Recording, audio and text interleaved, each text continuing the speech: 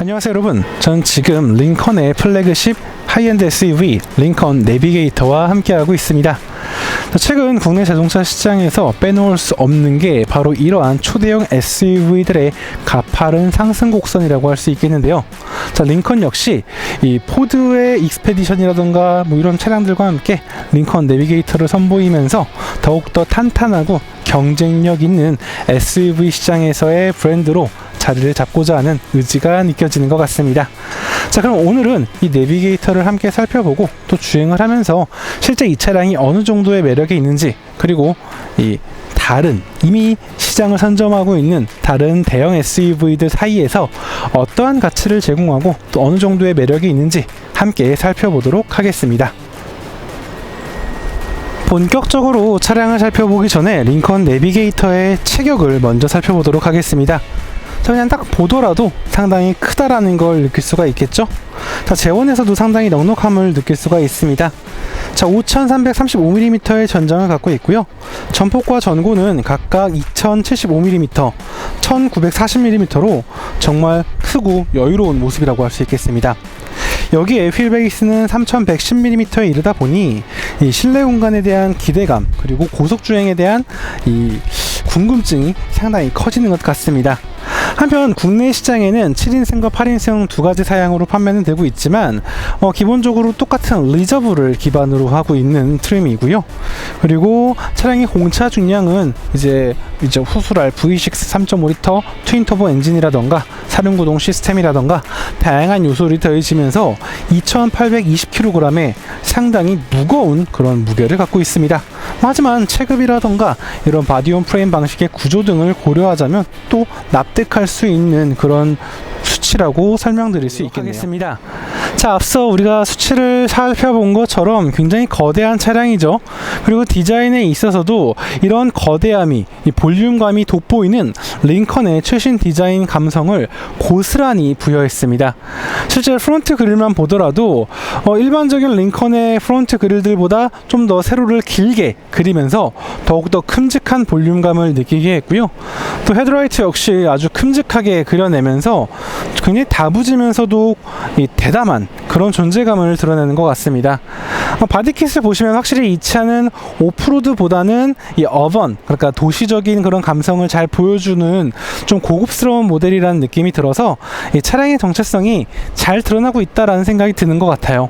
확실히 이 포드 익스페디션 대비 더욱더 고급스럽고 또 화려하게 연출되어 있다라는 걸 좀 더 명확하게 느낄 수 있는 것 같습니다. 차량의 측면으로 오게 되면 사실은 이러한 이 미국식 대형 SUV의 특징이라고 할 수 있는 브랜드의 티가 많이 나지 않습니다. 사실 측면을 보고 있으면 익스페디션이라던가 내비게이터가 쉽게 구분될 수 없겠죠. 물론 두 차를 구분할 수 없는 건 아닙니다. 실제로 이렇게 이 프론트 팬더 쪽에 내비게이터 레터링을 새기는 걸 잊지 않았고, 굉장히 화려한 디자인과 큼직한 알로이 휠, 그리고 이 차체 곳곳에 더해져 있는 크롬 가니쉬를 통해서 보다 고급스럽고 세련된 이미지를 잘 연출하고 있습니다. 하지만 뭐 입체적이라거나 혹은 뭐 유려하다라거나 하기에는 조금 거리가 먼 디자인이겠죠. 자, 후면 디자인은 뭐 단조로운 모습이라고 할 수 있을 것 같아요. 우리가 알고 있는 미국식 디자인의 전형이라고 할 수 있겠네요. 가로로 길게 이어진 리어 콤비네이션 램프와 이 큼직한 링컨 레터링을 이 간격을 큼직큼직하게 띄어서 배치한 것을 볼 수가 있죠. 이런 플래그십 풀사이즈 SUV들의 특징이라고 할 수 있는 바디킷과 이 견인 패키지가 함께 마련되어 있고, 그리고 또 어떻게 보면 좀 반듯한 넉넉한 이런 스퀘어 타입의 이미지를 제공하기 때문에 도로 위에서는 마치 거대한 밴처럼 느껴질 수도 있을 것 같네요. 자, 이처럼 링컨 내비게이터는 우리가 알고 있는 전형적인 미국식 플래그십 풀사이즈 SUV의 전형적인 모습을 제시하고 있다, 그렇게 설명드릴 수 있겠네요. 이번에는 실내 공간 함께 살펴보도록 하겠습니다. 자, 링컨 내비게이터의 실내 공간은 말 그대로 링컨답고 고급스럽고 화려합니다. 우리가 이전에 시승했던 링컨 에비에이터와 유사하면서도 더욱더 넉넉하고 또 고급스럽고 또 화려한 연출을 보이면서 시선을 집중시키고 있습니다. 굉장히 쾌적하고 평평하게 다듬어져 있는 대시보드에는 다채로운 소재들이 아주 효과적으로 자리하고 있고요. 또 이렇게 센터 콘솔과 이 센터 터널 쪽에는 체리 우드의 우드 패널이 함께 마련되어 있어서 더욱더 화려하고 고급스러운 이미지를 보여주고 있습니다. 디지털 클러스터라든가 깔끔하게 다듬어진 인포테인먼트 시스템도 이 직관적인 구성으로 만족감을 높이고 있고요. 그리고 전체적으로 굉장히 넓은 공간을 아주 효과적으로 활용하고 있어서 이 쾌적한 매력을 누릴 수 있도록 제작되었습니다. 스티어링 휠 같은 경우나 아니면 이런 각종 컨트롤 패널의 모습들은 일반적인 링컨의 차량들과 크게 차이가 없어서 링컨을 타보셨던 분들에게는 굉장히 익숙한 모습이 될 거라 생각이 되고요. 그리고 실내 공간에는 이제 레벨 오디오 시스템이 더해지면서 더욱더 풍부하고 고급스러운 사운드를 느낄 수 있는 것도 큰 매력이라고 설명드릴 수 있겠네요. 도어를 열고 1열 공간을 살펴보면 이 플래그십 SUV의 존재감이 더욱더 도드라집니다. 자, 굉장히 높은 차체를 갖고 있기 때문에 이렇게 전동식 사이드 스텝이 마련되어 있어서 승하차를 더욱 편리하게 지원하고 있고요. 그리고 도어 패널부터 굉장히 화려한 연출과 디테일들이 시선을 집중시키고 있습니다. 덕분에 링컨의 최신 감성을 아주 효과적으로 느낄 수가 있고, 또 점점 치열해지고 있는 이런 플래그십 SUV 시장에서 링컨의 존재감이 더욱더 잘 드러나고 있는 것 같습니다. 자, 보시면 아시겠지만 이 퍼펙트 포지션 시트는 정말 다채롭게 절개가 되어 있어서 이 최적의 포지션을 구현할 수 있도록 마련되어 있고요. 이 플로팅 타입의 센터 콘솔은 이 분리되어 있거든요. 사실 대시보드와 분리가 되어 있어서 이렇게 아주 쾌적한 공간을, 또 수납 공간을 추가적으로 제공해 이 편의성 부분에서도 높은 만족감을 제공하고 있습니다. 이어서 2열 공간 살펴보도록 하겠습니다. 자, 1열 공간과 같이 이 내비게이터의 2열 공간 역시 굉장히 넉넉하고 고급스러운 모습으로 무장하고 있습니다. 자, 두 개의 독립된 시트가 각각 풀사이즈 타입으로 제작되어 있어서 정말 쾌적한 탑승감을 제공하고 있고요. 또 중앙 부분에는 굉장히 큼직하게 다듬어져 있는 암레스트와 컵홀더, 그리고 이렇게 수납 공간이 추가적으로 마련되어 있습니다. 전체적으로 굉장히 고급스럽고 깔끔하게 다듬어져 있고요. 그리고 시트의 크기라던가 이 도어 패널의 연출, 또 수납 공간의 마련 등 다양한 부분에서 높은 만족감을 주고 있습니다. 특히 보시는 것처럼 이제 차량이 높은 구조다 보니까 이 승하차가 편리하도록 이렇게 전동식 스텝 게이트를 마련을 해서 사이드 스텝을 마련해서 도어가 열릴 때 자동으로 나올 수 있도록 해서 더욱더 편한 승하차를 돕고 있습니다. 한편 개방감이 우수한 이 파노라마 선루프가 장착되어 있고요. 2열 탑승자를 위한 2열 엔터테인먼트 시스템이 탑재되어 있기 때문에 더욱더 쾌적한 장거리 여정과 투어를 함께 할 수 있어서 아주 매력적인 VIP 의전 차량이자 또 패밀리 SUV로 제 몫을 다할 것 같습니다. 이어서 3열 공간 함께 살펴보도록 하겠습니다. 자, 차량의 체격이 워낙 큰 만큼 3열 공간의 여유도 상당히 여유로운 것을 볼 수가 있습니다. 자, 기본적인 공간 크기도 넓고요. 레그룸도 만족스럽고, 또 헤드룸이라던가 시트의 쿠션감도 상당히 넉넉합니다. 참고로 1열과 2열이 독립된 두 개의 시트가 마련되어 있는 타입이었다면 3열 시트는 이 벤치 타입으로 3명의 이 공간을 제시하고 있습니다. 기능적으로 특별한 게 있는 게 아니지만 이렇게 컵홀더와 별도의 충전 포트 등이 마련되어 있어서 편의성을 높이고 있다는 점이 아주 큰 강점이라 할 수 있겠습니다. 이어서 적재 공간 살펴보도록 하겠습니다. 자, 비슷한 체급과 이런 레이아웃, 또 구조를 갖고 있는 SUV들이 그렇듯 3열 시트까지 모두 사용할 때에는 그 적재 공간이 그리 넉넉하지 못한 건 사실입니다. 자, 보시는 것처럼 내비게이터에 이 3열 시트를 모두 사용할 때에는 좀 기대에는 조금 못 미치는 그런 적재 공간을 확인할 수 있을 것 같습니다. 대신 이야기가 달라지는 게, 이게 3열 시트를 접기 시작하면은 이야기가 달라지죠. 자, 이렇게 버튼을 눌러서 2열, 3열 시트를 모두 접을 수가 있는데, 자, 보시면 아시겠지만 2열 시트와 3열 시트를 모두 접을 때는 상당히 쾌적한 공간을 확인할 수가 있습니다. 제가 일부러 이 왼쪽 편에 있는 2열 시트는 접지 않고 이 3열 시트와 오른쪽 2열 시트만 접었는데요. 보시는 것처럼 굉장히 쾌적하고 넉넉한 적재 공간이 확보되었다라는 걸 확인할 수 있습니다. 따라서 제 개인적으로는 이 4인 가족이 이 차를 쓰시면서 3열 시트를 모두 폴딩을 하고 쓴다면 정말 공간과 이 적재 공간의 모든 부분을 아주 풍요롭고 넉넉하게 사용하실 수 있으리라 생각이 됩니다. 이어서 내비게이터의 파워트레인 살펴보도록 하겠습니다. 자, 거대한 보닛을 들어 올리게 되면 안쪽에 자리한 V6 3.5L 트윈 터보 가솔린 엔진을 확인할 수 있습니다. 자, 이 엔진은 이제 457마력과 71.0kgm의 풍부한 토크를 제시하는 파워 유닛이고요. 자, 여기에 이제 10단 자동 변속기 그리고 사륜구동 시스템이 더해지면서 굉장히 견고하고 이 우수한 운동 성능을 예고하고 있습니다. 하지만 효율성이 그리 좋지 않은 건 사실이죠. 강력한 성능과 다단화된 변속기를 품고 있긴 하지만 차체가 워낙 크고 또 차량의 무게가 앞서 말씀드린 것처럼 공차 중량만 2,820kg에 이르다 보니까 이 복합 공인 연비가 7.2km/L에 불과하고요. 도심과 고속 연비 또한 각각 6.4 그리고 8.6km/L로 확실히 이 기대에는 조금 미치지 못하는 모습을 보여주고 있습니다. 하지만 반대로 생각해보면 이 정도의 거대한 체격을 갖고 있는 플래그십 SUV라고 한다면 또 수긍이 되는 그런 재원이라고 설명드릴 수 있겠네요. 링컨 내비게이터와 함께 실제 주행을 하면서 실제 주행 상황에서 이 차가 어떤 특징과 어떤 매력이 있는지 함께 살펴보도록 하겠습니다. 자, 가장 먼저 실내 공간을 좀 봐야 될 것 같은데요. 확실히 크고 고급스러운 자동차의 존재감을 잘 느낄 수가 있습니다. 자, 검은색 가죽과 이제 붉은색 체리우드의 이런 대비가 상당히 고풍스러우면서도 화려한 이미지가 돋보인다라고 생각이 되고요. 그리고 좀 뭐라고 반짝반짝거리는 이런 크롬 가니쉬가 상당히 곳곳에 많이 들어가 있어요. 그래서 시각적인 매력이라던가 전체적인 밸런스를 잘 맞춰주고 있다라는 생각이 드네요. 다만 이 우드 패널이 조금 전 아쉬워요. 확실히 이게 고급스럽다라는 느낌도 시각적으로는 주긴 하는데 너무 플라스틱스러운 질감? 이 느껴져서 조금 더 원목의 느낌을 좀 살렸으면 어땠을까라는 느낌이 있고요.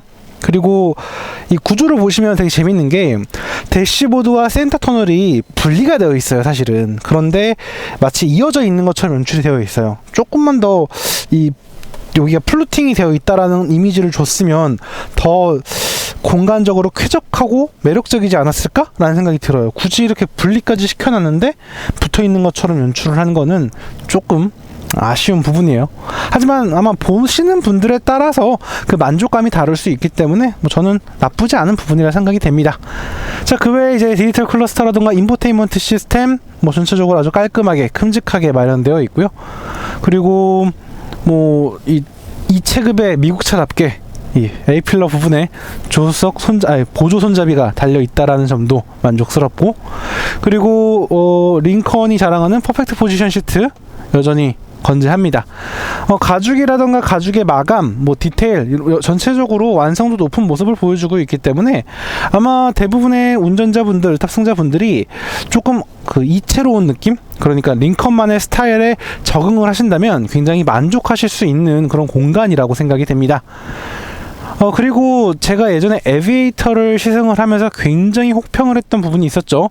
시트 포지션과 이 윈도우 라인, 대시보드 라인의 차이가 좀 커서 마치 허공에 떠있는 듯한 불안감을 준다라고 했었죠. 근데 확실히 이 차는 조금 더 억눌러주는 느낌이 있어요.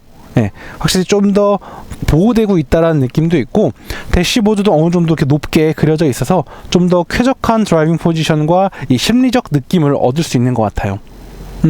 물론 윈도우 라인이 좀 낮기 때문에 좀 더 개방적이었던 느낌이 있긴 하지만 막상 팔을 올려보면은 그렇게 낮지가 않아요. 그렇기 때문에 확실히 에비게이터가 조금 좀 높게 구성되어 있었던 것 같고, 이 내비게이터가 확실히 더 안정적이면서도 풀 사이즈의 SUV들이 보여줘야 될 아주 좋은 그런 레이아웃을 갖췄다라는 생각이 드네요. 자, 기본적으로 이 브랜드, 프리미엄 브랜드의 하이엔드 SUV이기 때문에 차량의 기본적인 정숙성이라던가 외부 소음에 대한 억제 능력 굉장히 뛰어납니다. 사실 이 차는 기본적으로 제가 이전에 시승했었던 포드 익스페디션과 이 동일한 플랫폼을 기반으로 하고 있기 때문에 유사한 특징, 또 유사한 단점, 유사한 강점 이런 것들을 보여주고 있는데요. 확실히 이 프리미엄 모델답게 굉장히 정숙성이 잘 조율되어 있다는 느낌이 들어요. 그런 부분이 상당히 만족스러웠던 부분인 것 같습니다. 그리고 뭐 편의 사양이라던가 이런 기능적인 부분에서도 확실히 다채롭게 구성되어 있어서 운전자의 만족감을 높이기에 아주 좋은 차량이다, 그렇게 생각이 됩니다. 자, 이 차에는 이제 457마력인가요? 네, 굉장히 강력한 V6 3.5L 에코부스트 터보 엔진이 자리하고 있죠. 사실 에코부스트가 배기량을 낮춰준다는 의미로서 에코부스트인 거지, 뭐 연비라던가 뭐 이런 부분에서는 사실 터보 부스트죠, 사실은. 네, 굉장히 강력한 엔진을 싣고 있는데요. 사실 뭐 출력도 출력이지만 토크도 70km가 넘기 때문에 70kgm가 넘기 때문에 굉장히 강력한 힘을 누릴 수가 있습니다. 실제 엑셀러레이터 페달을 밟으면은 정말 이 묵직한 힘이 발현된다라는 걸 느끼게 돼요. 그래서 발진과 함께 힘이 차를 이렇게 이끌고 간다라는 그런 이미지가 명확하게 들기 때문에 이 성능에 대한 뭐 출력에 대한 만족감도 상당히 좋다라고 할 수 있을 것 같아요. 다만 절대적인 속도에 있어서는 그리 빠르다라고는 할 수 없을 것 같아요. 아무래도 차가 무겁죠. 네. 사실 뭐 이런 거대한 차들이 아주 빠를 수는 없는 거 다 알고 있는 사실이긴 하지만 분명 이 차는 정말 커요. 네, 이 차는 정말 상당히 많이 커요. 네, 그리고 많이 무겁습니다. 공차 중량이 2.8톤이 넘거든요.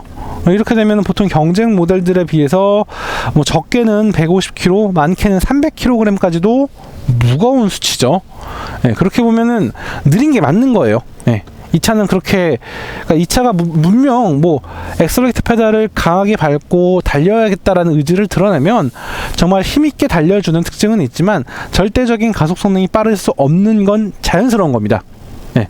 하지만 출력이 전개가 되는 질감, 엔진이 확산되는 그 느낌, 이런 느낌만으로도 충분히 차의 가치가 느껴지는 그런 풀사이즈 플래그십 SUV의 가치를 느낄 수 있다라고 전 설명드릴 수 있을 것 같아요. 뭐 2체급 미국 퍼포먼스로 달리고자 한다면 역시 캐딜락이죠. 네. 물론 토크가 워낙 좋아요. 토크가 워낙 좋고 터보 엔진 특유의 그런 두터운 토크 덕분에 뭐 언제든 내가 원하는 달릴 수는 있는데 뭔가 확실히 저렇게 마음 한켠에 그 응어리가 져 있는 것처럼 무게감이 느껴진다, 그렇게 설명 이해하시면 좋을 것 같고요. 뭐 변속기라던가 변속기의 셋업 전반적으로 무난한 편이에요. 굉장히 부드럽고 일상적인 주행에 적합한 모습을 보여주고 있어서 아마 운전자분들이 특별히 이 패들 시프트를 조작한다거나 변속 버튼을 뭐 특별히 눌러야 되는 그런 일은 없을 것 같고요. 드라이빙 모드도 저는 딱히 바꾸는 걸 권하지 않아요. 그냥 기본 모델로 편하게 타시는 게 가장 합리적인 선택이라고 생각이 듭니다. 참고로 이 에비에이터에서도 적용되었던 버튼식 기어 패널을 이 차에도 적용하고 있는데요. 좀 멀어요. 네, 좀 먼 건 있는데 좀 팔다리가 좀 기신 분들은 뭐 크게 사용하시는 데 어려움은 없으실 것 같고요. 그리고 좀 길긴 하지만 좀 어색하긴 하지만 사용성 자체가 그렇게 나쁘진 않습니다. 다만 이제 그건 있죠. 이 링컨의 기어 시프트 패널이 왜 그런지 모르겠는데 유독 반응이 좀 느려요. 특히 전환 반응이 좀 느려요. 특히 예를 들어 정차를 해서 P를 눌렀을 때 다시 D를 누를 때, 이럴 때 좀 누르고 덜컥하는 약간 그런 느낌이 있거든요. 물론 이제 뭐 이 덜컥이 막 차의 승차감을 해치거나 이 정도만큼은 아닌데 P로 넘어갈 때는 크게 티가 안 나는데 D로 넘어갈 때는 퉁 하고 치는 느낌이 좀 있더라고요. 네, 이 부분은 조금 링컨이 좀 잡아줬으면 하는 바람이 있는데 라는 생각이 좀 들더라고요. 자, 차를 다룸에 있어서는 사실 전 좀 걱정이 됐었어요. 차가 굉장히 크고 무겁기 때문에 이거 잘 다룰 수 있을까? 괜찮을까? 뭐 차 테스트 괜찮을까? 이런 걱정이 좀 있었어요. 사실은 솔직히 말씀드리면 캐딜락 에스컬레이드라던가 이 랜드로버, 레인지로버 같은 계열들은 이미 많이 경험을 해봤고 그 거대한 체격으로도 충분히 스포티한 드라이빙이 가능했던 차량이었기 때문에 그 차들을 다루는 데에서 걱정이 없었어요. 그런데 사실 링컨의 차량들이 보여주는 게 어쨌든 이런 좀 거대한 무게적인 부분, 좀 무게 중심에 대한 부분, 이런 부분들이 좀 고민이 돼서 좀 다뤄봤는데 확실히 역시 플래그십은 플래그십이다. 하이엔드다라는 느낌이 들더라고요. 실제 조향에 대한 느낌이 굉장히 가벼워요. 네. 그래서 사실 뭐 절대적인 무게가 아주 가볍다라고 할 수 없지만 이 조향에 대한 차의 반응 자체가 굉장히 가볍기 때문에 차를 다룸에 있어서 운전자가 크게 부담을 느끼거나 어렵다라는 생각이 들지 않으실 거예요. 물론 스티어링 림이 크기 때문에 이 림을 꽉 잡을 수 있는 그런 이 체격이 좀 필요하다라는 느낌은 좀 있지만 그래도 아마 대부분의 운전자분들이 차를 다루심에 크게 어려움은 없을 것 같다 라는 생각이 들고요. 그리고 차의 움직임에 대한 반응이 조금 주행 상황에 따라 많이 달라요. 일단은 정말 깔끔하게 포장되어 있는 온로드에서는 정말 부드러워요. 네. 와, 이 차가 바디온 프레임이 맞아? 라는 생각이 들 만큼 굉장히 부드럽고 굉장히 조용하고 굉장히 매끄러워요. 실제 엑셀레이터 페달을 밟았을 때 이렇게 우악스럽게 밟진하지 않아요. 이게 프리미엄 자동차 셋업도 있겠지만 무게감도 있겠지만 뭐 여러 가지 있겠지만 어쨌든 굉장히 부드럽게 전개가 되고요. 그리고 노면 질감이 약간은 느껴지긴 하지만 승차감 자체가 뭐 훼손되거나 그런 수준은 아니에요. 게다가 이 어쨌든 퍼펙트 포지션 시트가 굉장히 쾌적한 그런 승차감을 제공하기 때문이죠. 그런데 속도를 높여 달리거나 아니면 노면이 좋지 않은 곳에 달리거나 한다면은 좀 주행 상황에 따라서 약간 그 질감이 달라지는 모습이 있습니다. 자, 먼저 이 차의 강점이 도드라지는 부분은 역시 고속주행에서의 매력이에요. 다단화된 변속기, 그리고 훌륭한 출력을 내는 엔진, 그리고 바디온 프레임의 그런 관성을 바탕으로 정말 고속주행에서는 쾌적한 초고속 크루징이 가능한 그런 매력을 제시하더라고요.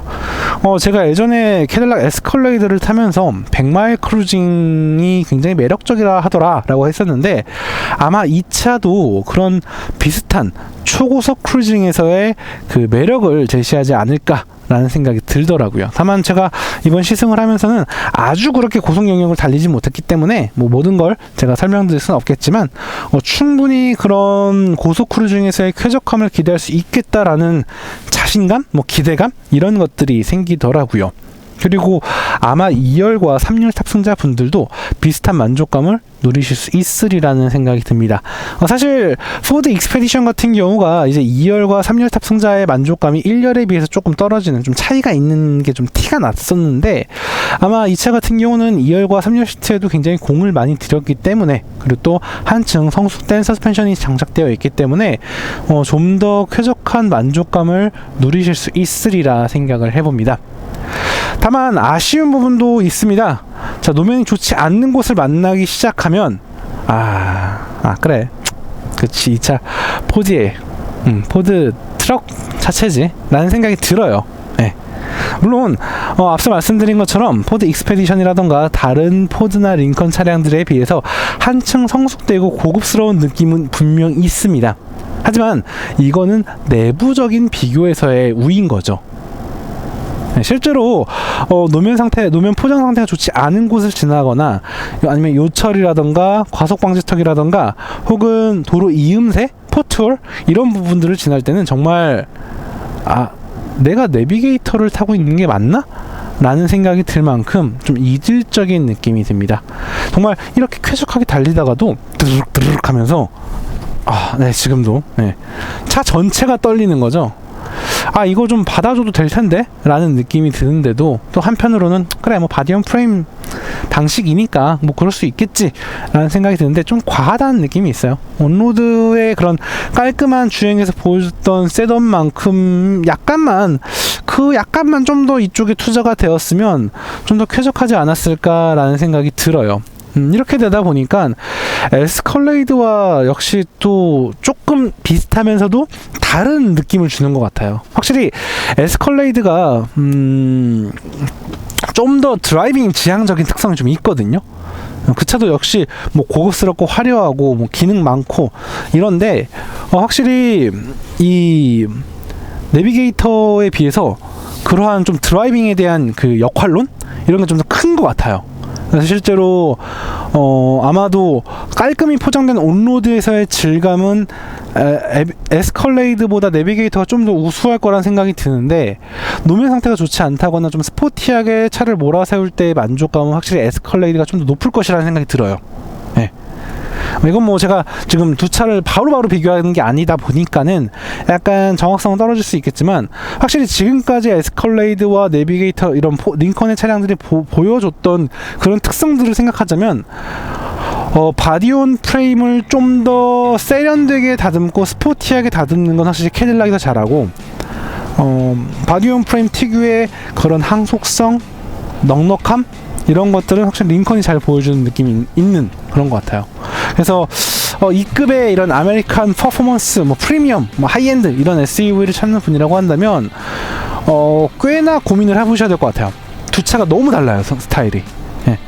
두 차가 지금까지 보여줬던 그런 행복, 스타일 이런 것들이 많이 다르기 때문에 물론 이제 링컨 에스컬레이드라고 말씀하시는 분들이 있어요. 에스컬레이드 보고 뭐 그렇게 뭐 모르시는 분들이야 뭐 그럴 수 있다 치지만, 좀 자동차에 관심을 갖고 계신 분들이라고 한다면 이거 좋대 그냥 사야지가 아니고 비교를 해보셨으면 좋겠어요. 이게 차이가 상당히 많이 나기 때문에, 그러니까 같은 어떻게 보면 하이엔드 아메리칸 프리미엄 SUV인데 성격이 많이 달라요. 그렇기 때문에 그런 부분에 많이 좀 고민을 해보실 필요가 있을 것 같고, 그리고 반대로 정말 쾌적한 넉넉한 SUV를 원하시는 분들이라고 한다면, 독일이라던가 이런 유럽풍의 하이엔드 SUV를 할 수 있는 가격에 비해서 훨씬 더 부담 없는 가격으로 다채롭고 화려한, 그리고 또 기능적인 매력까지 모두 아우를 수 있는 이 차량으로서의 대체자로도 이 내비게이터가 충분히 가치 있는 차량이지 않을까, 그런 생각을 해보게 됩니다. 자, 오늘 저는 여기서 이 링컨 내비게이터의 시승을 마무리하도록 하겠고요. 다음에 다른 자동차와 다른 이야기로 다시 인사드리도록 하겠습니다. 지금까지 카올리 김학수였고요. 저는 이제 다음에 뵙겠습니다. 감사합니다.